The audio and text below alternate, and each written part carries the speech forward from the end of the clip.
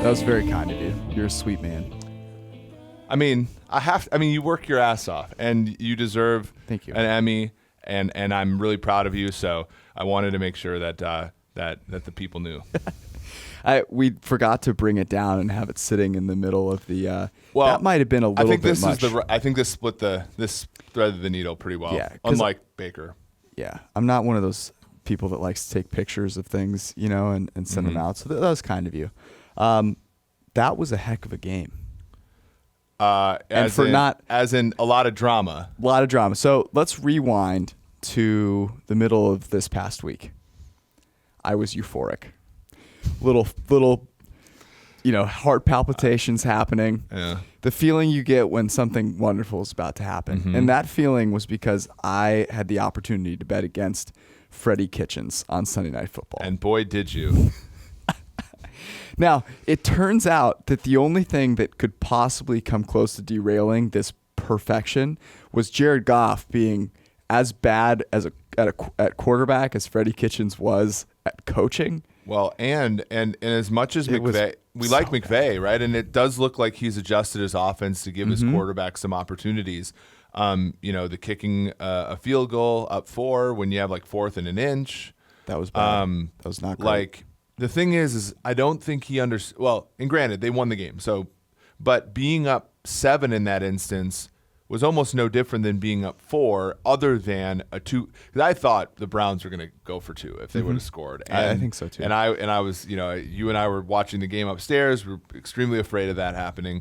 And granted, being up 7 does matter more than being up 4. But being up 11 buries them, and you're a yard away with Todd. Like, you don't pay Todd Gurley this kind of money. You don't have an offensive-minded head coach as your head coach without the confidence that you can get that 70% of the time.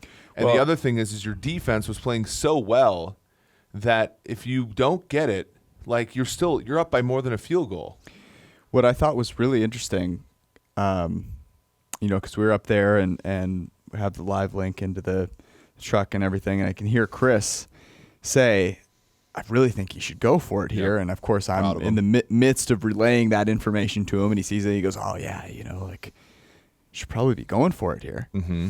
And it would surprise me if Sean McVay didn't sort of have that feeling too, and I'm very curious what turned him the other way, because they have had success running the ball up the middle. It's an inch. I don't know. I would be really curious to hear what his reasoning was for not going for it. Wasn't it? I think it was. So was that before or after? So they had the issues running the ball up the middle, in the middle of the field earlier in the game, and then they also had the play where they ran the ball. They were at the 1 yard line, and they ran twice up the middle, including a sneak, and couldn't get a yard. And then backed up after the false start. Yeah, honestly, thankfully. And then they got Kupp on that sort of crosser for the touchdown. Maybe it was just saying, okay, we maybe can't get this inch, but I think that's just like, unlike our friend John Harbaugh and the Ravens, like being undeterred with the 2-point conversions, he was pretty deterred there by past instances of outcomes in the run game. But this game was interesting. One of the things I think that this game exuded is the value of pressure, right? We talk about pressure versus coverage, and the Rams were, I think, won because they have the better coverage.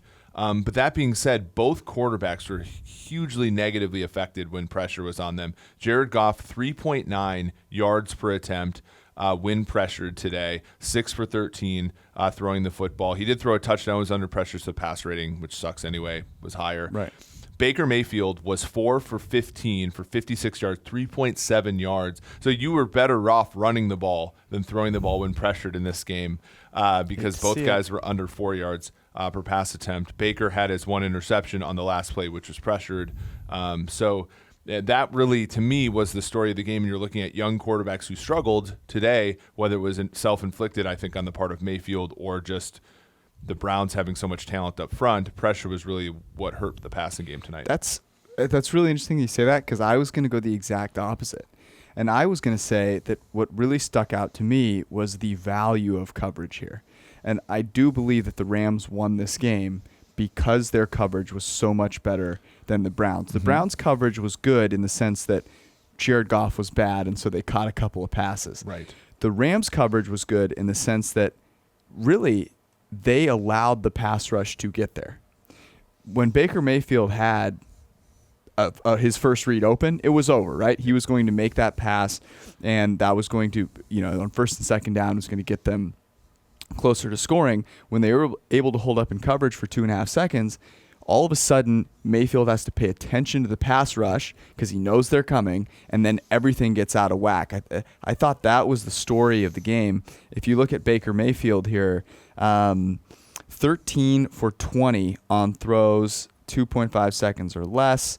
Right. So those 65 completion percentage, 97 rating on throws, 2.6 seconds or more, 5 for 16, 23 rating. I mean, it wasn't even really close. And we do know that there is that like small negative correlation between time in pocket and efficiency, especially if pressure is not assumed. So and we saw it there, and I think that having guys in the back end that can cover, extremely valuable. Marcus Peters in coverage today gave up 1 reception for 5 yards. Aqib Talib gave up 2 receptions for 15 yards. Yep. And Nickel Roby-Coleman 2 out of 7 pass attempts for just 29 yards. So those 3 guys, masterful, and it shows you how valuable it is to have 3 cornerbacks that are great. Peters, certainly rebounding from some of the struggles he had last year. It was really only the Taylor Rapp, who was this like dime linebacker guy that had was picked on with some success, by the Browns. So very, very good there. Browns, of course, they had their whole secondary out. They held up okay, but I think that was more Goff than anything else. Okay, the second thing that I want to talk about in this game, which I thought was a pretty decided difference going into it, the reason that I had that light, fuzzy feeling going into this game, was Sean McVay versus Freddie Kitchens. And I'm going to go out on a limb here and say that I'm pretty impressed with what Sean McVay has done coming off of the Super Bowl. I think his ability, in the second half, he made adjustments that were smart and effective, and they won them the game, right? He did not stay dedicated to the outside zone, which wasn't working. He put Jared Goff in positions to make plays. Now, Jared Goff decided not to on a couple of situations, but I was impressed with Sean McVay, the 4th down decision aside. I thought his play calling was really sound. And he was running the ball up the middle, which is where the Browns were allowing him to, but he stuck to the play action game. That was very successful. Freddie Kitchens, on the other hand, runs a draw on 4th and 9, which, let me check my notes here. Bill Barnwell checked out Pro Football Reference Play Index. It's never happened, right? Had not happened since a guy named Bernie Parmalee did Dolphins. so in 1997. Yeah, Dan Marino's last starting running back. Yeah, that was a purposeful 4th and 8+ play where the team handed the ball to a running back. So I'm going to go ahead and say that I'm going to pat myself on the back here. It was a sweat, but I think about it, though. Goff, 2 interceptions, both horrendous times. Just utterly terrible. Field goals in the red zone a couple times. And that turnover at the end of the half, right, was also where he got strip sacked. I do think the Rams are the right side here. The market agreed. We got in at 3. I got early 2 and 2.5. Early in the week was 2.5. Closed at 4. I think it got all the way out to 5. So ultimately things worked out the way that they should. I think if you looked at the over in the Chiefs game. Pittsburgh as well. Pittsburgh a little lucky, I think, with all the turnovers and stuff. The only other games I think we discussed were maybe Bengals, Colts. I think Broncos. And Broncos, I think if you don't fumble a couple times there, you probably at least cover in that game. So it was an interesting week because there were those 2 big dogs, and I think we said privately, if one of those 2 can cover, probably okay, and one did, and was the one that we didn't think would, right? The Dolphins were actually game. They should have been in the game for a decent amount of the game. Are we done with the Sunday night game? Because I did have one closing question Let's for talk that, about it. Which is the Browns received a ton of Super Bowl hype before the season. Yeah.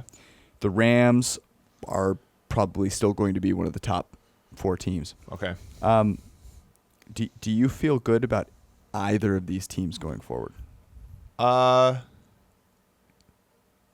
I mean, the NFC is so flat now that I still think the Rams, by definition, have to be involved.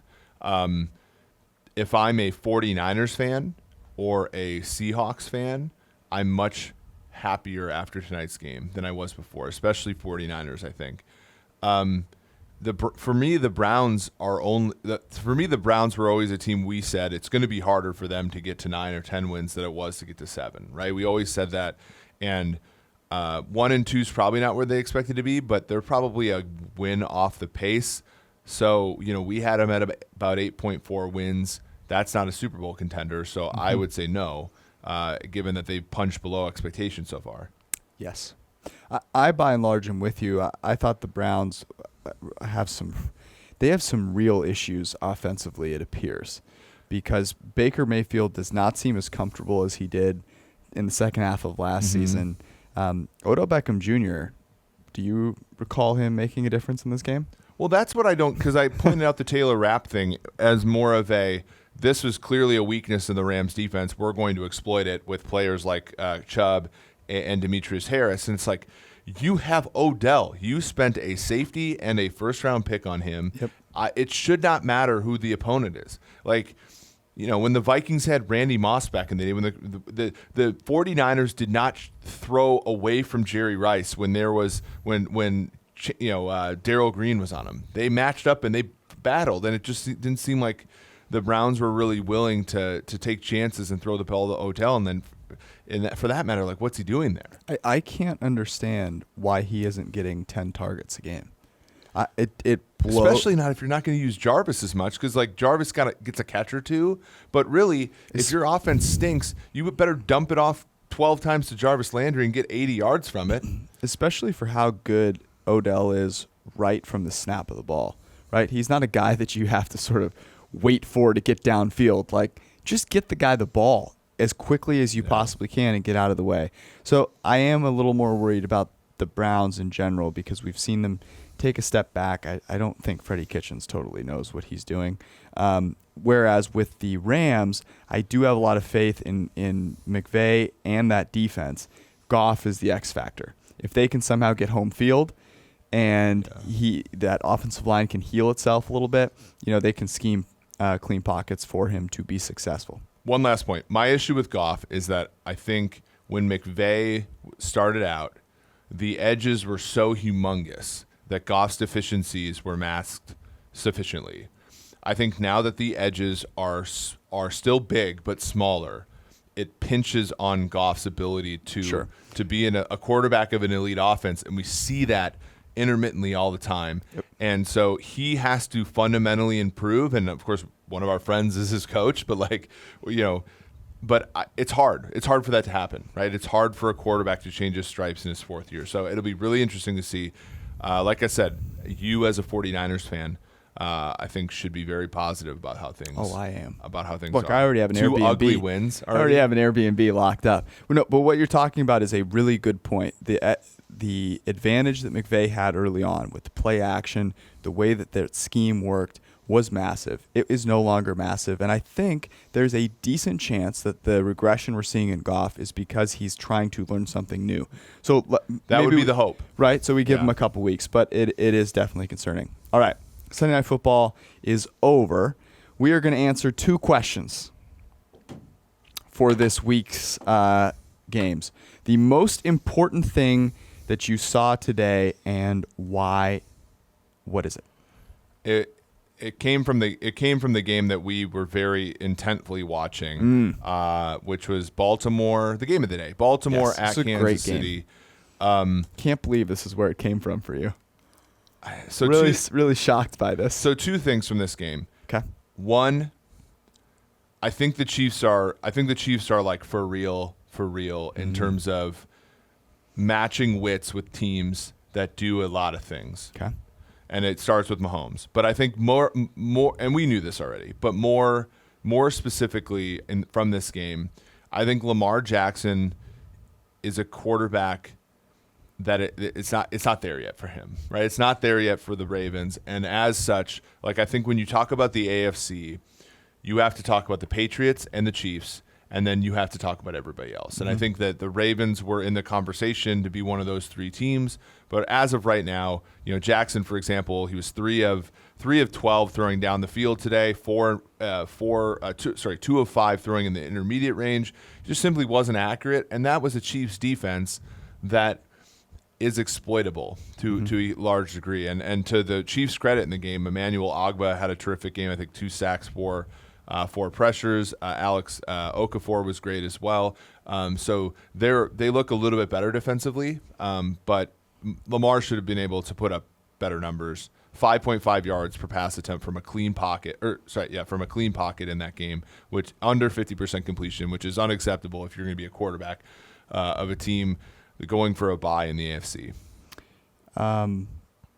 If it weren't for those 2 Hail Mary punt throws, I mean that is a pretty ugly game. The most important thing that I saw today was this is going to be kind of boring, but it's honestly that Tom Brady's still healthy. And the reason that's the most important thing I saw today is that to me, it's the Patriots and then the Chiefs and then everyone else. And I still think that the Patriots are on a different level than the Chiefs simply because they have a ridiculously good coverage unit. Defense. Yeah. And we actually saw that have success. They were able to beat the Chiefs last season. Josh Gordon is healthy. So the Patriots' health is the biggest thing I saw today in a league that is this season. I'm not super excited about a lot of these teams. I'm not excited about the Packers. I think the Cowboys are exciting, but both the Cowboys and the Patriots Saints haven't played anybody. Sure, but that means more for the Cowboys. We'll see the Cowboys play the Saints. So to me, really the biggest thing I saw today was that I saw a lot of really kind of bad play out there. Yeah, I agree with you. Hate to be a pessimist. I agree with you in the sense that as long as Brady's healthy, that team's going to do a lot of things. That catch that Gordon made on the sideline was so good. But Edelman got hurt in that game. Doesn't matter. Their offense is great for a time, a little bit slow. I mean, the thing with the Chiefs is that they just score. I mean, it's stable with respect to everything. Their left tackle's out today. The Ravens defense, everybody's saying, is, I would say, a notch below Patriots, but one of the league's best. And he's throwing seams down the middle of the field to Mecole Hardman for 80-yard touchdowns. He's throwing passes to Demarcus Robinson. LaShawn McCoy was washed, according to everybody in the preseason, and now he's averaging 6 yards a carry for the Chiefs.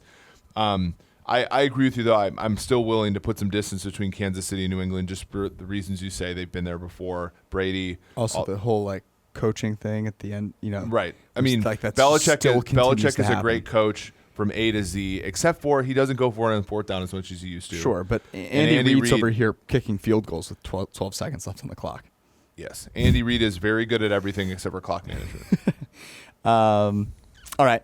Next question is, what do you think the most overreacted thing that happened today will be? Our assessment of young quarterbacks. Ooh. So I look at, obviously, Daniel Jones, and one of my best friends was giving me grief about, all the geniuses that said Jones is overdrafted and all that stuff. I reminded him that he played a game against Tampa Bay. But Daniel Jones, terrific. Josh Allen is the quarterback of a 3-0 team. Right. Murray struggled. Baker struggled. Lamar Jackson struggled after being brilliant for 2 weeks. And I think Mason Rudolph was terrible today for most of the game. Made 2 throws, thankfully. I think we're going to overreact to today in with respect to that. I think people are going to disregard Baker and what he did all of last season, what he did at Oklahoma for the last couple games. People think Josh Allen is like a set it and forget it type quarterback, even though he struggled a ton today at times. And same thing like we just talked about. Lamar Jackson struggles today. Well, why did he struggle today? Because they're behind. Well, most young quarterbacks struggle when they're behind. Sure. Et cetera. That's very similar to mine, which was we're going to overreact to Daniel Jones. 4.9 yards per attempt from a clean pocket. He had a perfect pass rating when under pressure, but he took 5 sacks. And that's something that, it's just like the numbers are going to lie to you in certain ways. Now, I'm not saying that he played, terribly, but his 113 passer rating or whatever he had is not indicative of how well he played. So I think we will overreact to that. There's no doubt we will overreact to that. Everyone is going to overreact to it. I'm just anticipating that 99% of every show is going to open with as Daniel Jones, the savior. Yeah. In I New think York. they'll probably be. Unfortunately, they play Washington this week at home, so I was going to ask if there's going to be value on that. There might be on fading them in the betting market because that segues nicely into what we're going to do now, which is sort of our spreads for the week. Just like last week, we're going to talk about our initial guess. So I guessed these this morning, nice. as I believe as you did. did I. Actually, I think it was technically afternoon. I think I started at noon. Okay, and then we're going to basically say, okay, where is the spread now? Where do we think it's going to go? Obviously, a precursor to the content that we produce in the later part of the week. So. Just as a reminder, the big thing we came away with last week was that the Rams might be a potential value here. The line, obviously, if you bet, you still would have won, right? But the difference between 2.5 and 5, you're going through 2 key numbers. It's just absolutely massive. 100%. So, I think this will be fun. Okay, Let's start Thursday night. Green Bay hosts Philadelphia. Philadelphia struggled to another loss to a division foe for Green Bay. Detroit undefeated so far this season. Really a meltdown in the fourth quarter away from being 3-0. I thought Green Bay would be favored by 2.5 going into the day. And it looks like I have Green Bay favored by 3.5. And it looks like on Thursday night you are more correct than I am because I'm seeing Green Bay -4.5. Whoa. Now, what am I missing here? There's just Green Bay love, right? Yeah, I guess the I think Eagles there's are a ton of up. value here on Philadelphia if you want it. In fact, that just seems so egregiously overreacting to what's going on here. I know Philadelphia struggled today, but injuries, right? They had injuries to the receiving core. Who's coming back for them? That's a good question. I have to look at who is inactive and everything. But honest to God, Green Bay is a 3-0 team that has played like they're 1-2. Not impressive the other day. For opening night against Chicago, they were not impressive. They won. Right. Minnesota, they jump out to 21-0 lead. Minnesota tries to catch them from behind, and Kirk Cousins gives them the game. And then today, they played okay, but Denver had a touchdown called back because of penalty. They fumbled twice in their own end. Green Bay, to their credit, capitalized on it, but I'm not super impressed with where Green Bay is at. They don't have to give me back their victories, but Rodgers today just 6.7 yards per pass attempt from a clean pocket. Yeah, I like Philly here quite a bit. I don't know. What do you think? Two key numbers, 4.5. So, it seemed like Deshaun Jackson. I don't know. I'm kind of guessing here, but I didn't think his injury was that bad, and there was some question as to whether he would actually play this week, and then he was ruled out, midweek. So if they get him back, if they can get Alshon Jeffrey back, I think this is ridiculous. Because there are 2 things here that I really want to bet on. The first is Doug Peterson versus Matt LaFleur. Dude, just unreal. Every single second of every minute of every day. Doug made some tremendous decisions this week that ended up not paying off, but going for that 4th and 8 at his own was 25 or something. Was a really sound decision because you give yourself the chance of picking it up, A, but B, they were down 3. So if you don't get it, okay, well, what's going to happen? The Lions are going to run the ball into the dirt and kick a field goal. Now, it turns out they ran the ball into the dirt backwards, missed the field goal. Got it blocked and run back. If the Philly guy doesn't block somebody in the back, they probably have a But chance. you don't expect that outcome. But still, you don't get it. You're down, basically at worst 6. Really sound decision by him. So I bet on that. And the second thing is Carson Wentz is playing better than Aaron Rodgers, I think. So Philly was so banged up today that both of their backup quarterbacks were active. Usually, right. But they had so many inactive players that they said, okay, you get to dress Nate Sudfeld. So here's the thing. If I'm looking at the injuries, I'm thinking Jeffrey plays on Thursday. I'm thinking Deshaun Jackson probably sits it out a little bit. At Corey Clement, who knows and who cares. Timmy Jernigan's probably, I've heard reports multiple weeks for him. But honestly, again, Ertz, Hollins, they all had fairly good dates. Goddard had a drop touchdown that was an egregious play on his only target. Really bad. Aguilar has really struggled with the drops at times, and he had a fumble, I believe, today. But like you said, Wentz has played pretty well given sort of all the impediments in his way, and I think he's clearly the better quarterback between these two at their stages in their career. So better quarterback getting points here. Lambeau Field isn't what it used to be. We're saying that. I can't argue with it. Yeah. Lambeau Field's not what it used to be. Nope. Next up, actually, I don't know where you got your schedule from, but the next game I have on the schedule that I looked at is Tennessee at Atlanta, which is Can you imagine? This game is being played inside of a dumpster that is on fire. That is where this game is being One played. of these, well, I guess that's not technically true, but one of these teams has to get to 500 this week. Oh. Wow. I don't think they deserve it. Yeah. The Falcons were getting destroyed by the Indianapolis Colts at the hands of Jacoby Brissett. He was he was perfect at one point. It was like 13 for 13. I'm so proud that we liked Indy, honestly. Yeah, I think it was a bit of a, wow, how can the Falcons with all of this talent possibly be, underdogs to the Colts? It's like, well, think about it. The Falcons kind of suck. Yeah. And they lost Keanu Neal today. And they're on the road, and Matt Ryan has not played well. He did not really do a whole lot in this game. For a quarterback who's really freaking good, he throws some really bad interceptions. Ducks up there, right? I guess he did have a few good passes, but man, so where did you guess the game would be? That one to Julio that he just underthrew was Julio was a champion again today, and of course came up with a loss. I had the Falcons favored by 4.5 at home. I had Atlanta, and so we already knew how Tennessee played, but I sort of I had Atlanta minus 3.5. I'm a little scarred on Atlanta. So where is it at? It is. Let me look. It's 5. So Atlanta's 5-point favorites. I think that makes sense, man. Tennessee looked awful. I'm sorry, but Tennessee also. So this is none of the games today were unwatchable because of the officials, which was a good thing, right? Because that Thursday night game was unwatchable because of the officials.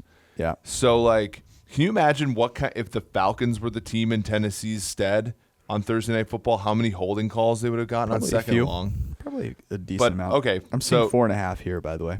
Okay, so 4.5, 5. 4.5, 5. Okay. I mean, I don't like either side. I would venture to guess that this is not something that we pick this week. I don't want to watch any. Yeah. Julio Jones is freaking good. Yeah, I'll bet his over prop every week, but I will not back his team at this stage. So who do you think has a longer leash? I guess Vrabel, right? Well, I think from the PFF perspective, we want Tennessee to lose because we had their under season win total. And getting off to a 1-3 start would really help there. I think Quinn has the shorter leash because Vrabel's been around for less time. Yeah. And he already lost an offensive coordinator, right? So they're transitioning and that's everything. kind of a stupid question, I think, now. But I think Quinn. people are souring on Quinn. It's been a while since he took the team to the Super Bowl. Yeah, and that defense doesn't look great. We do know. Okay. Cleveland at Baltimore. I guess that this line would be Baltimore minus 4.5. Okay, I had Baltimore minus 6. Okay, so it is. We're smack dab in the middle because Baltimore is minus 5.5. I don't hate that because Baltimore I think Baltimore overachieved today. Right? They played a pretty solid game against the Chiefs. Ultimately, the score looked better than the game. I think the Chiefs were always in control of that game. Cleveland played about as bad as we thought they would. Frankly, defense played better. Yeah, I agree. So, They get must some have been players back. They get some Denzel Ward back. right. Is this something that you think gets out to about a touchdown? Ravens on the road, or sorry, Ravens at home, Browns on the road. It's interesting because the Cleveland game being on Sunday night, Freddie Kitchens, having an accident in the middle of the game. Prostate problems are real, George. Jesus. I think hurts them a little bit, and Baltimore kept that one close. There will be some things written about Harbaugh's brilliance in that game, and both sides of the coin, that he was too risky, and then of course sure. people But like I us think will say I he's think great. we're smart enough in today's day and age that people will write about it in the right way. We should actually discuss that here for a second. So, the Ravens, first off, in the first half, go for it on 4th and short twice in their own end. One was at like the 30-ish or something like that. Really fantastic decision. You have a better than 50% chance by a good margin to pick that up, which makes it, in almost all situations, the right choice. I'm sure there's some weird way that it exists that it's bad, but brilliant decisions. Then get to the end of the game there, and they are down 11 before kicking the PAT, and he decides to go for 2. And the common thought is, well, that's dumb, because if you kick the PAT... That was initially my thought. I posted in the Slack channel, like, what does this make sense? And our colleague Kevin sort of walked us through there. We went and took the numbers down, and it makes a ton of sense. It makes a ton of sense. It's very similar, actually, to the go for 2 when you're down 8, which is essentially you try to win the game. You're not trying to tie the game. Yeah. And so if you happen to get it to 9, you have the benefit of winning with a touchdown and a field goal if you get stops. Or if you happen to give up a touchdown, you can still tie the game with 2 touchdowns and 2 extra points instead of needing 3 scores. So really savvy move by Harbaugh there. It's great to see him listening to our whoever's people in advising our community. Okay. Let's look at this next game here. Real quick, though. I can't imagine you're going to take Freddie Kitchens on the road. No, here. but the other thing, the problem with Baltimore is, like, I mean, they wouldn't have covered, I guess they would have covered 5.5 against Arizona, but they wouldn't have covered 6. So, like, the thing with Baltimore is they slow these games down. That was the worry that we had. That was why this, when we bet this over on Kansas City, it worked out perfectly, right? Mm-hmm. Because Kansas City had to be the team to get out ahead and force Baltimore to move. Baltimore, if they're on their own free will, unless it's week 1, last year against Bills, this year against Dolphins, are sort of a slow it down team. And slow it down teams, Cleveland can come through the back door, lose by 4, 3, right? I struggle here. Yeah, It's also the better quarterback getting points. As much as Mayfield has struggled, he is the better quarterback in this matchup by a large margin. And yeah, I just think Freddie Kitchens' scheme is garbage. I agree. I mean, I'm off this. I would be off this. I'm excited to watch it, though. Game I'm not excited to watch. New England at Buffalo. How did you know? I think we have the same order here. We don't. I just picked a random game that was below the game you just talked about. Okay. I guess that Buffalo would be 7.5 point underdogs at home. I said 10.5. Okay. You are not a believer in Buffalo. I thought Buffalo would blow out Cincy in some sample pass. It's 7.5. So Wow. I think. But you know where I'm at. Yeah, and 7.5 is even money, right? So Bill, if you want to bet the Bills plus 7.5, you're going to lay $1.20 to do so. That seems. I'm going to need a minute. I'm going to have to go to the bank. Well, why? I'm going to have to take out a large sum of money. Was that Rufus Peabody that was like, look, Wells Fargo, I need to be able to wire more than $5,000 to myself at a time. I mean, mean, like doing it on the internet. I will be doing all of it. This is ridiculous. The Bills suck. Well, I think any team that loses a 14-point lead and is behind to Cincinnati in the fourth quarter Is bad. Is not terribly good. Allen today Let me just. So we did say Josh Allen did play very well. Allen has First 2 weeks of the season. overperformed my expectations of him By a large margin. a drastic. He's far more accurate on some of these plays than we ever gave him credit for. That being said, he's still like. I mean, He's still a turnover waiting to happen. He's a really good runner, but I think he's running too much. Today, he was decent. You would clean, think he's running too much. but he's under pressure. He was awful today. I think the Patriots will just absolutely bend his mind on Sunday. That is what I would be guessing. So this gets out. I mean, this New probably England gets should've- out to where you guessed. You think and so? Started where Yeah. I guessed. Yeah. New England should have won that game against the Jets, probably 37-0. Yeah. What did they end up winning, 30-14 or something? 30-14. Right. Luckily. By the way, Belichick benching Jared Stidham after he threw the pick six is so great, man. Next level. Because Brady's over He's there. gonna trade for Brian Hoyer tomorrow. Brady's over there like throwing blocks up 30, and I was just like, dude, what are you doing, man? Your team is by far the best in the NFL, and you've got your 42-year-old quarterback throwing lead blocks on an end around, and then he puts him back in. I thought that was pretty funny. Well, early candidate for lock of the week here. Here's one that ridiculous. I'm fairly proud of because I think I nailed it. Kansas City at Detroit. I had Detroit at +6.5 going into the day. I'm definitely way too short here. I had Detroit +4. Yeah, and it's 6.5. And now Kansas City. So the Kansas City side is -115. So this is one, and this is exactly what happened this week. Detroit opened as like a 6.5, 7-point underdog in Philly. The quote unquote sharp side bet Detroit all the way down to 4 today, and ultimately cashed because they won outright. Here's a question. I was going to ask this when we were talking about Philadelphia. So I think it gets to 7. Sorry. I thought I was going to ask this when we were talking about Philadelphia versus Green Bay. Does Detroit have the best defense in the NFC North? Wow. That's a really bold claim. I don't think so. I don't think so either, but I also don't think it's laughable the way it once was. I said this all off season, which is they're the best worst team in a division. And it's really not that close. Their division prop had a ton of value. They're a legitimately decent team. Matt Stafford, I think, has played decently well despite not hitting a long throw today. If it gets to 7, the Chiefs just played a very, very big game. They're on the road, and Detroit has played well.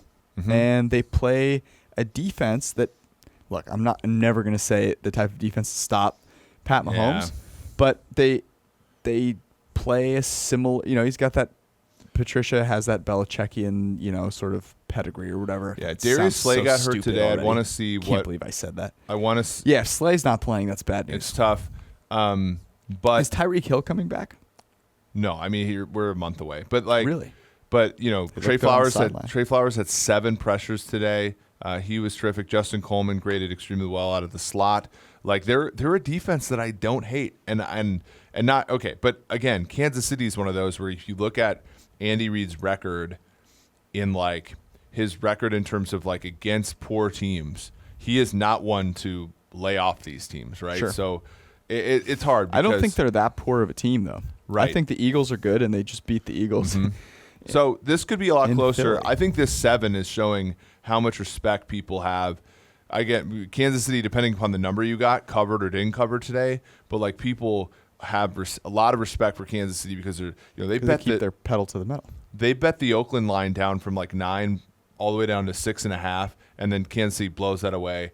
The sharp side in week 1 was Jacksonville against them. Kansas City blows them away. The sharp side today was Baltimore. That number got bet all the way down to 4.5, and of course they covered at least that. So I think that they're going to start having to hang big numbers on Kansas City, or else that's always going to be the right side. Yeah. So I don't know. I think a touchdown is a lot. All right, next game. Let's go to this was interesting. So Carolina is going to Houston.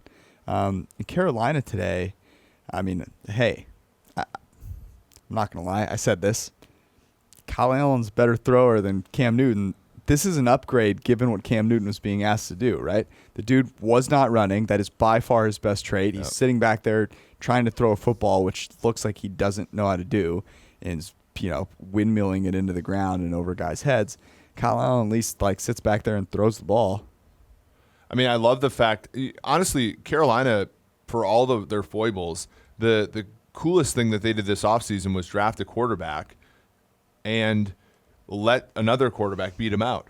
Like, Brandon Allen's terrific. I mean, he was awesome today, granted, against an Arizona team. Who are we talking about? Brandon, what's that? Who's Brandon Allen? Am I getting this name wrong? Do we know who Brandon Allen is? Oh, I could be. Yeah. Okay. Brandon Allen's pretty good though. Yeah. Sorry. But that says plenty, right? I mean, Kyle Allen is a guy sorry. that he was at Texas A&M, played. What did he play? 1 or 2 years there. He was with Kyler Murray at one point. I don't know. He's a no-name guy, right? He started a game. He started last season, and I'm so excited for people to make fun of us for this. By the way, I mean, shut up. It's 1 a.m. Tyler might have to cut that part out. No, we're gonna keep it in. Yeah. So Brandon Allen's a quarterback. Had a 158 passer rating. I call him Kyle Allen from a clean pocket. But here's the thing: 13 yards. They let him beat out Will Grier. And because he's the better quarterback, right? And so he was, he was terrific today. We actually, our numbers liked Carolina the whole week, even though the market spread went from 2.5 all the way to the other side of 2.5. Right. It was a nice swing for us. Well, because Cam Newton has been utterly terrible. So they go to Houston now. Houston is a better team than Arizona. I sort of thought that Carolina would not look good today, so I had Houston being 6.5-point favorites. I'm with you, and the market number is actually 4. Yeah, but here's the thing with Houston: they also unexpectedly won today. Yeah, but it wasn't that unexpected. The Chargers are absolutely demolished. Yeah, but the Chargers had a 10-point lead on. I mean, it was very Chargerian.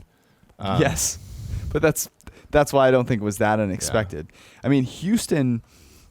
At home, they have by far the better quarterback.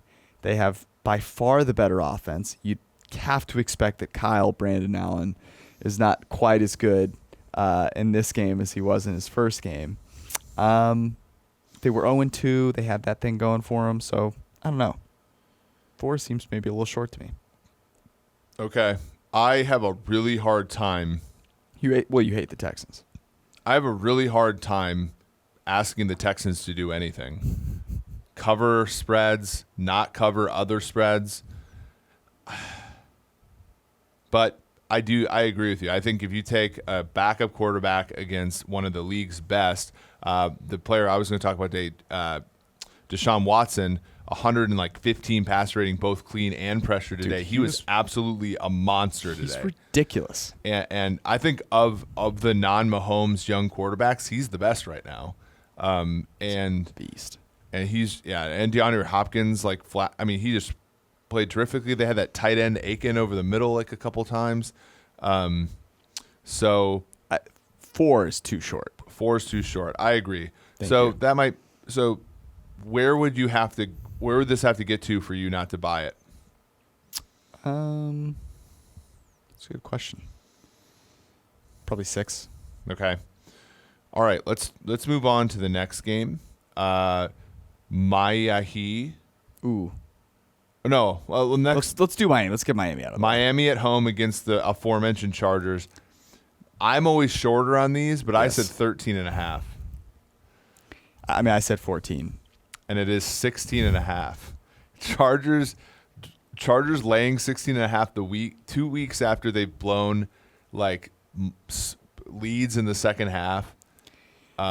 Miami should have been winning the game against Dallas. Was Josh Rosen that bad today? His numbers weren't good, but he didn't have a chance on a lot of plays, which is what you'd expect. Jeez, look at this. I mean, they are so bad. Yeah. It is just... Well, Devontae Parker dropping touchdown passes. I mean, he averaged 5.1 yards per pass attempt, 4.8 from a clean pocket, even though he graded okay on those. It wasn't really his fault, man. They are just a he was terrible, 0 for terrible, 5 terrible throwing team. the ball between 10 and 19 yards. I mean... That being said, 16.5 to the Chargers on the road in Miami. Total's 44.5. I feel like that's an under. I feel like the Chargers really want to be a team. Like last season, they were the slowest pace of any team. Yeah. I feel like they just want to win this game 21-3. Oh, really? I was going to say 12-3. Sounds pretty good to them. Yeah. Plus, they're super banged up. Philip Rivers took some shots. Yeah, that AFC West is Took turning some into a shots dumpster because fire. Sam Tebby is not good at football, it turns out, unfortunately. Okay. Prayers. Oakland Raiders at our Indianapolis Colts. I have the Colts as a 5.5 point favorite. You and I are thinking the exact same thing. 5.5 is where we at now. This was before the Raiders got utterly, their pants were pulled down, right, tied in a by knot. Kirk Cousins and the Vikings. And before Indianapolis, I would say controlled the Sure. Atlanta Falcons for an entire game. It is 6.5. Juice minus 115. I'm seeing on the Colts. So if you want to bet the Colts, probably if you don't want to lay a touchdown, probably right now. I think that makes sense. And the Raiders, they're a team. So one of the things that you want to do, and I think about this a lot with the Super Contest, right? Is like, how many faces does this team have? Is this a team that has like one, The Colts have one face. like one day, right? So I think the Colts are very, I know who the Colts are. Yep. But the Raiders are like, like you see someone and you're like, wow, that person's super attractive. And then like a week later, you're like, do I know this person? One day they're Kyle Allen and next they're Brandon Allen. Yeah. And it's like the Raiders aren't that, because I never go, wow, the Raiders are really attractive. But they do have just this massive distribution where it's like, Derek Carr looks like he's never thrown a football before. I think the Raiders were good for one night against Joe Flacco in a game where their coach could scheme for an entire offseason. Like, if I agree with you, if it intermittently showed up like one random week, I think the same thing about the Bengals, kind of, right? The week one, they kind of punched Seattle in the mouth, but I have to see it again before I'm like, this team is anything other than a random 1 week jump up. So I take it then you feel good about our Colts. Yeah. I don't know if I'm gonna 6.5's a lot to lay with Jacoby. I mean, it's gonna get to 7. It's our Jacoby. All right, 7 is a lot. Yeah, 7's a lot for the Colts because I think the Colts. Well, I don't Colts think are Jacoby making Brissett's that great. a lot of nothing. A lot of nothing. Frank Reich is Very Frank Reich's on that cooking show where they give you like a bunch of crap and are like, make me a 5-star meal. Here's cupcake mix, ramen, Jello, and Spam. Mm-hmm. Make a dessert. Yeah. Spam cupcakes. Let's go. All right, we are quickly. I am very tired. Yeah, I don't drink coffee this late. This is we're powering on. Washington at New York Giants. We haven't seen Washington yet play. My guess was 2.5. I said 1.5. It is 3, and that is know why? Yeah, that's because Daniel Jones looked great. Honestly, I still 3 is not enough for me to back Washington here. Yes, and here's why. The Giants' home field has been abysmal for a long time, and the reason is that New York fans are salty, and they hated this team. And this week, the New York Giants fans are going to be continuously stiff. It's going to be hard walking around New York because it's going to be midnight. It's just going to be Giants fans with crusty Daniel Jones jerseys, just getting all excited. Yeah, that's what it's going to be, and that place is going to be absolutely bonkers. And the Redskins suck. Yeah, they're not. So good. For that reason, we will not. Okay, next up. We've already talked about Daniel Jones, but I do want to bring up one more thing, and this is important because Saquon Barkley is an amazing football player. I think Saquon Barkley is in the Aaron Donald class in that he legitimately might do his job better than anyone else does their job in the NFL. He's freaking good. He goes out, he gets injured. And the Giants have this amazing come-from-behind victory. Why? Because they had good quarterback play. Now, granted, it might be unstable. It was under pressure. It was his first start. It was against Tampa Bay, whatever. But this shows you exactly why you do not take a running back at number 2 overall. Because even if he is Saquon Barkley, it does not matter. Mm-hmm. The guy was hopping over on one leg to celebrate the only meaningful victory that they have had since he's been drafted, and he didn't play in it. Yeah. He's a gem as a player and as a human being. He's awesome. Yeah. The dude is great. I'm not. but it sucks. It does show. But that's just the fact, the pure facts of it. And the poor guy, hopefully he's okay, will get to come back, and maybe they'll be a decent team if Daniel Jones turns out, and hopefully he can hold out next year so he can get paid. So it looks like a high ankle sprain for Barkley. Yeah, he's out 4 weeks probably. Yeah. So. Although knowing him, he's like, he's like Adrian Peterson in that regard. He's probably gonna heal pretty quickly. Okay, let's look. All right, so Arizona plus 4.5. Well, sorry, my guess for Arizona at home against Seattle is plus 4.5. What? Yeah, I'm too short here. I said 3. Well, and again, like both of us could sort of. We talked about Teddy, and we talked about like that was a little tenuous, but frankly, like there was a sample path where Seattle lost today, and that happened. And that was turning the ball over and giving up returns and all that kind of stuff. So as I looked at it, now it's 4, right? So maybe I was a little bit, Arizona put up somewhat of a fight against Carolina, but of course Kyle Allen is the quarterback there. So losing to a backup when you have the number 1 overall pick. Kind of rough, man. Where are you able to? Are you going to lay the points here? I want to. And here's the reason that I want to do so, is that Seattle was a 4.5 point favorite, and they were a consensus pick. Everyone and their mother was like, "Dude, how are they not favored by 7 points?" Yeah. Right? Same thing with they were the second most Niners, right? They were the second most commonly picked side in the Super Contest, and they lost. And so I do think the public will be a little bitter on them. And I just feel as though they own the Cardinals to a certain extent. Here's the thing. I'm 100% with your idea of these teams having multiple faces, and the Seattle Seahawks are the king of that. Yeah, they are. So, and I think back to like their road, like last year they were -3 at San Francisco. They allow a kickoff return with Sebastian Janikowski does his famous business decision. Like they're just a different team on the road.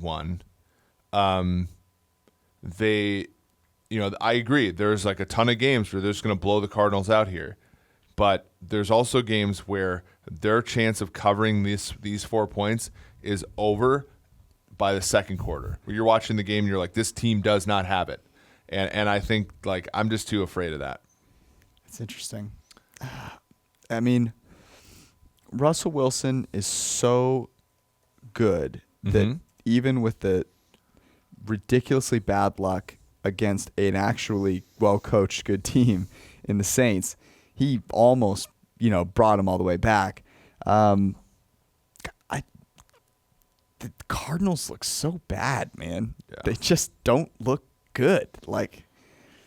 So I don't know. I'm going to be tempted here because I just think the gap in terms of offense is so enormous. Okay, are you ready?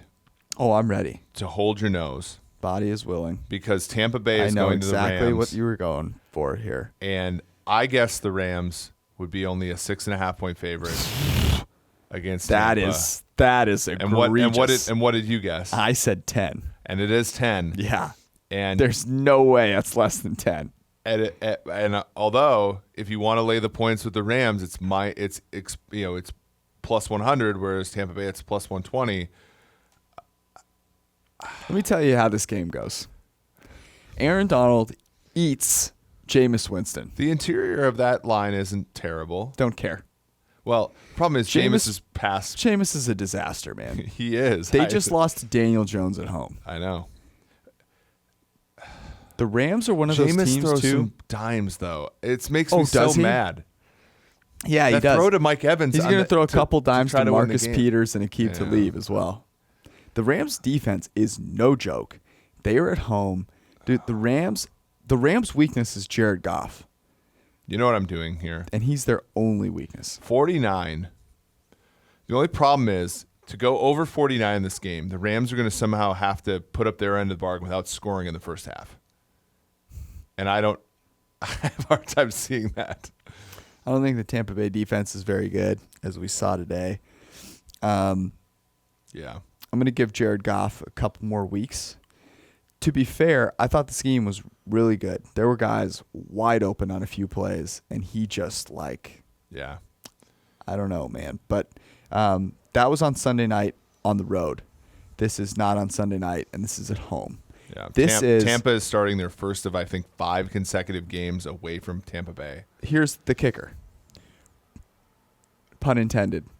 Bruce Arians thought that backing up his kicker gave him a better chance at winning. He also punted or kicked another field goal on a fourth and down. Poor Timo. That was chose utterly Tampa as his favorite disastrous. Yeah, Timo's crying in his schnitzel. When they're right up now. 28-10, I slack them our Bucks, and of course, then Jesus. that's you putting the kibosh. This is what you do. I make you delete those messages. He probably didn't because he's a nice person. Yeah. The Rams beat the Bucks. That's what they do.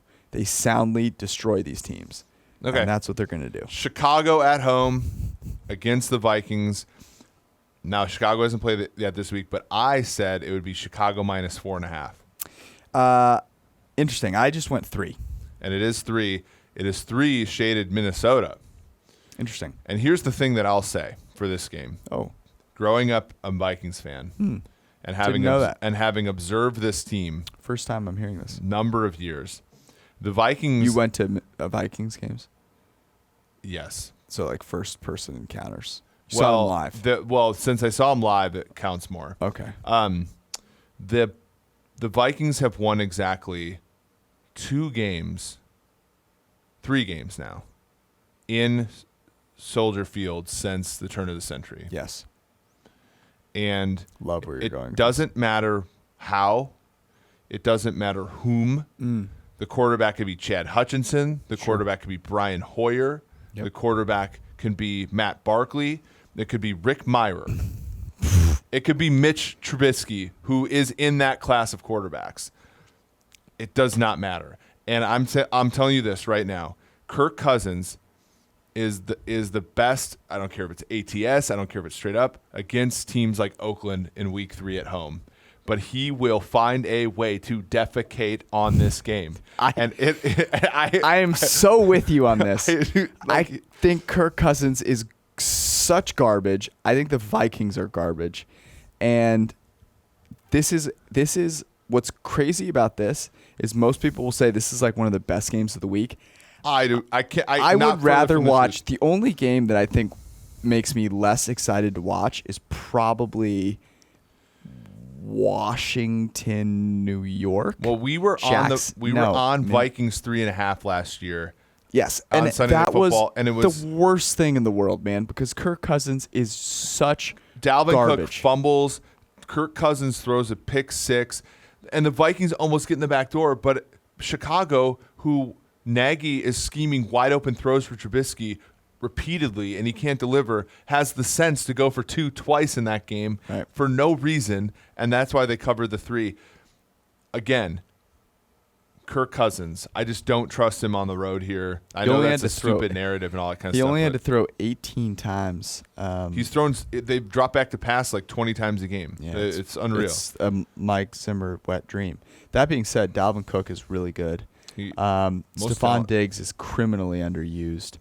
And that's the story. And this is a 3-point game between 2 teams that both suck. Detroit has as good of a chance of winning this division as either one of these 2 teams. I don't disagree with you. Okay. Let's do. You're on a roll here. Just keep going. Denver Just keep firing. at home against Jacksonville. I said Denver minus 2.5. Yeah, I said Denver minus 1.5. And it's 3, it looks like. What? So people are more impressed by getting yammed on by the Packers than winning convincingly at home. Well, it is still technically September in Denver, which True. is why but Jacksonville plays in a hot weather, so the warmth won't be an issue. Right. Gardner Minshew is the better quarterback getting points, as we have learned. As I said here on this podcast. Yes, as we have learned, the over-under in this game is 37.5. There are a few things that I just will not do for the rest of the season. And one of them is take Joe Flacco as a favorite, as an underdog, as a mole rat, as a lemur, as a koala. I wouldn't take Joe Flacco in any situation, ever, anywhere. No way, Jose. Same with Derek Carr. Just not Really happening. limiting ourselves, yes. Okay. Same with Kirk Cousins. I'll take Kirk as a big favorite against a trash team. Yeah. That's where he excels. Okay, our game, Sunday Night Football. Al, Chris, I'm Michelle so Tafoya. excited for this game. The Saints are at home against Dallas, and I am very wrong because I said, and I guess this was before they went out and beat Seattle, but I said that New Orleans would be getting 6.5 at home. Wow. You beat the Teddy Bridgewater love out of me. 6.5. Yes. Wow. I said New Orleans would be 2.5 point And underdogs. It looks 3 here. Um, I mean, you're going to argue to me that Teddy Bridgewater is like. I mean, I'm just checking the other place that I saw odds because I'm curious if it's moved at all. Actually, it's shaded towards Dallas, so it's Dallas -3, -115 where I'm looking. Yeah, -3. I mean, the Saints got lucky, right? They just rolled out the same offense with Teddy Bridgewater instead of Drew Brees. It was not very good. Alvin Kamara was an absolute beast. And they ended up beating a Seahawks team that probably isn't very good. Dallas, on the other hand, they're a pretty good team. Well, that's the thing I'll push back a little bit on. Do we know that Dallas is good? And Well, I guess my implication I don't is know that if they're road favorite against the team that probably should have been in the Super Bowl last year, but they don't have so if a Hall of Fame quarterback. If Breeze is playing, what is the spread in this game? If Breeze is playing, then I think the Saints are 4.5 point favorites. Okay, so yeah, then I guess that makes sense mathematically, right? Because you're talking about it like a like 5.5 to a touchdown. Mm-hmm. I would have said, had you seen Dallas, frankly, I was not that impressed. Dak by Dallas has not played well really the last 2 weeks in terms of like not throwing interceptions, being super accurate, all Sure. that kind of stuff. Okay, I can get behind this. Again, Teddy was good from a clean pocket today, not terribly good when pressured. Oh God, here we go. All that kind of stuff. I think he'll fill in admirably. The only good thing about Teddy Bridgewater is the cleats that he wears. And his general humanity. That's literally it. He threw 4 passes more than 10 yards downfield. That's awesome. It was 2 for 4 for 28 yards. That's always been who he's been, though. Incredible. Yeah. How Great leadership. Have you can I graded his leadership yet? I subscribe? Okay, let's finish this up because we're dragging here. Alvin Kamara. Cincinnati at Pittsburgh. I said Pittsburgh would be 4.5 point dogs. You said they would be dogs. That's right, 4.5 point favorites. Yeah. It's late. And I said Pittsburgh would be 5 point favorites. And it's 4 after today's performance, where Cincinnati was gritty in the second half. Yeah, and Mason Rudolph was Skyline Chili. Yeah, he was butt. That's what he was. I don't really want to watch this game. I don't want to watch a minute of this game. What is Monday Night Football? schedule guy? Was he kind of like mailing it in, or what happened with this? No, you know what happened is they said, hey, our broadcast team is going to be Joe Tessitore and Booger McFarland. And they're like, all right, well, then you're going to get teams that match up with that duo. And so that's how you get the Chili Bowl. Mason Rudolph completed 2 passes over 10 yards in the air today, and both of them were touchdowns. Yeah, he also completed one to the other team, actually. You're forgetting that. That was, I mean, he had a 0 passer rating when pressured. He's not good. 140.8 when clean, 9.8 yards per attempt. The Niners have a pretty good front four. So that, yes. I mean, now, I was just about to say this. The Niners have a good front four, and the Niners were at home. And the Niners have a strong fan base that was stoked for this game, right? Because the Niners have played, this was the Niners home opener. It will be very different in Pittsburgh, right? They were at least competitive in this game because their defense was strong and Minkah Fitzpatrick. And the Niners were a lot of self-errors. Yes.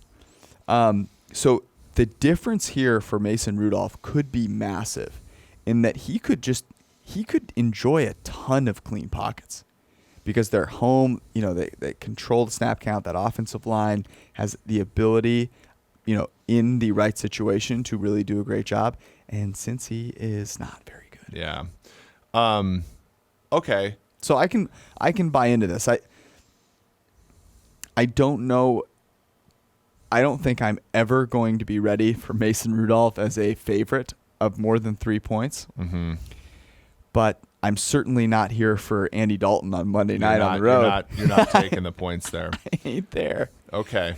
All right. Is that it? I think that's it. There's some bye weeks next week, including. Yeah, so let's close the show with a little bit of fun because it is I believe the Niners bye week this week. Yes, it is.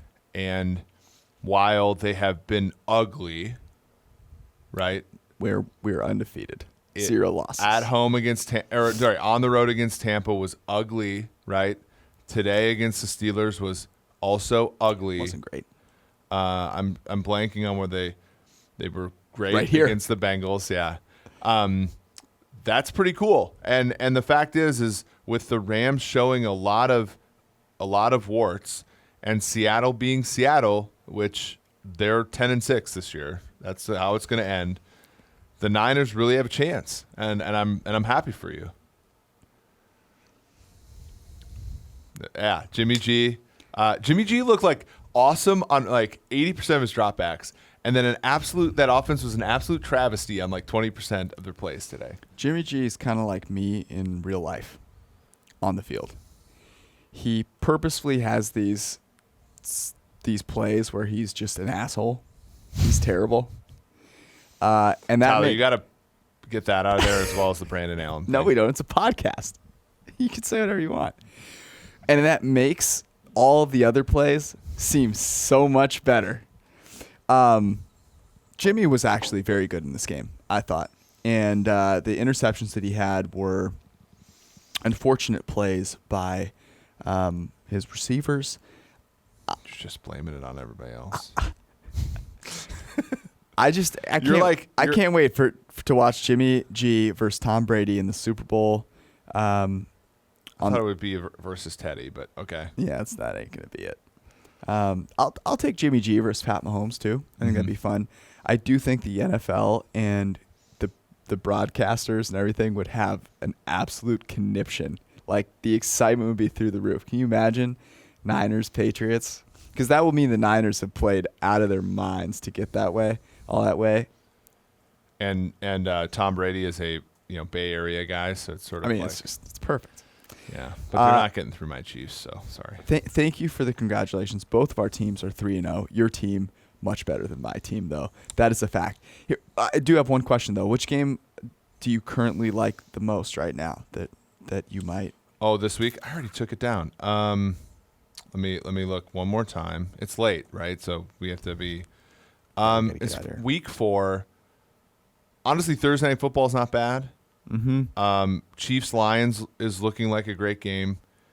But I honestly do think Saints Cowboys, of course. But honestly, I do think Vikings Bears will be a very compelling game because I think whoever loses that game will be behind the 8 ball significantly in the NFC. Interesting. The game that I'm actually most looking forward to watching, aside from the Sunday Nighter, is Cleveland-Baltimore. That's a good one. But the game that I am most excited to bet on, I think, is our Carson Wentz's against Aaron Rodgers. Yeah. I think that goes, it's tough. But that's it. We'll be back with you guys on Thursday. By the way, we have more donations to make this week. Yeah. Because Jared Goff got us to the finish line. So cancer going down and justice for all. We'll see you guys. Peace out.